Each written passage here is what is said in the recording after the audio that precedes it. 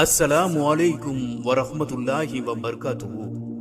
ஒரு திக்ர் நாம் ஓதினால் அல்லாஹுடைய அர்ஸை சுற்றி நம்முடைய பெயர்கள் ஒலித்துக் கொண்டே இருக்கும்.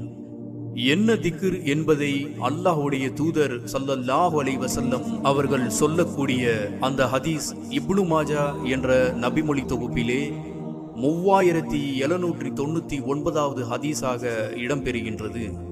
அல்லாஹ்வின் மகிமைகள் கூறும் வார்த்தைகளில் நீங்கள் கூறுகின்ற சுப்ஹானல்லாஹி லா இலாஹா இல்லல்லாஹு அல்ஹம்துலில்லாஹ் ஆகிய திக்ர்கள் அர்ஸை சுற்றி வலம் வருகின்றன. அவற்றிற்கு தேனீக்களை போன்ற ரிங்காரம் இருக்கின்றது. திக்ர்கள் கூறியவரின் பெயரை அவை நினைவுபடுத்திக் கொண்டிருக்கின்றன. தன்னை இவ்வாறு தொடர்ந்து கூறிக்கொண்டிருப்பவர்கள் இருக்க வேண்டும் என்று உங்களில் ஒருவர் விரும்பாமல்